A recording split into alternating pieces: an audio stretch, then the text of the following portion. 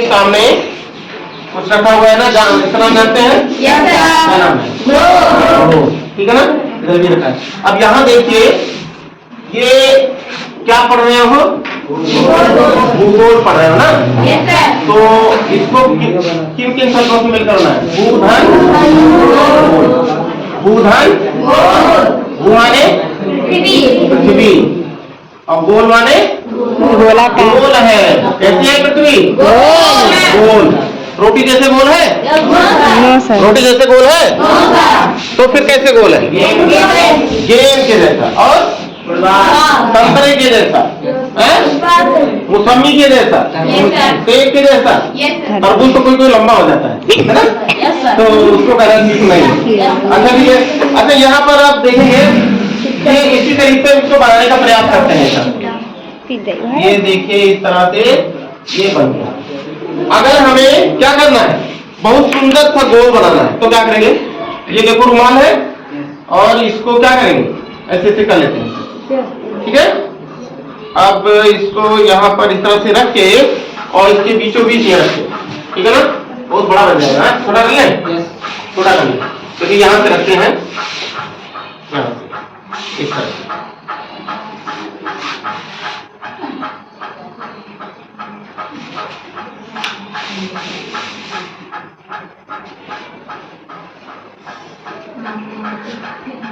कुछ गोलाकार बना? बन गया कि नहीं बन गया? ये बीच वाला मिटा देते हैं, ठीक है ना? लग रहा होगा गोल, ठीक है। अब क्या करते हैं, ये यहाँ पर एक रेखा मानी गई है। कहाँ पर?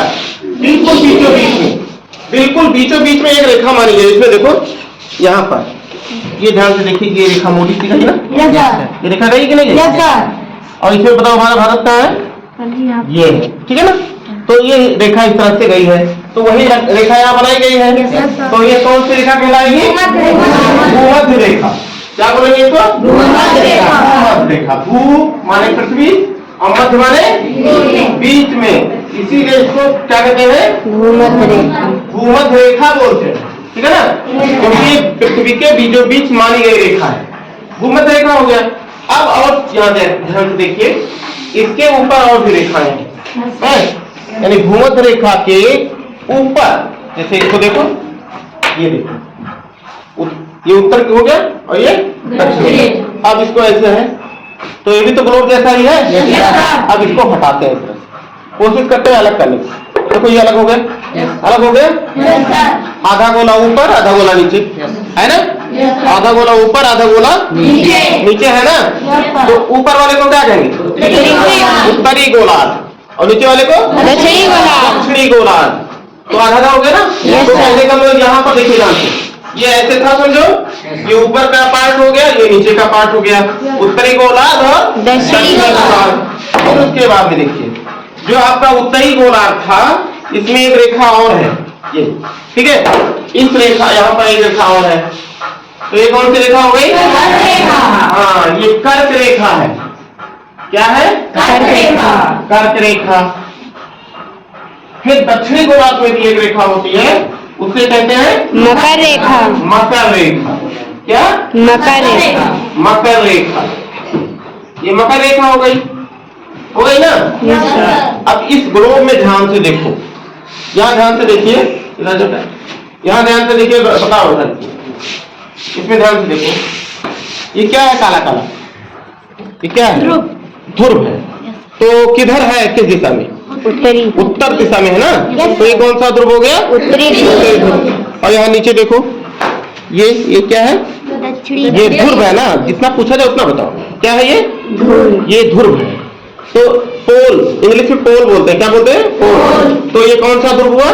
दक्षिणी ध्रुव, क्योंकि आधा गोलक के नीचे है, आधा गोलक के ऊपर वाले को उत्तरी गोलार्ध, और उत्तरी गोलार्ध में उत्तरी ध्रुव, और दक्षिणी गोलार्ध में दक्षिणी ध्रुव होता है।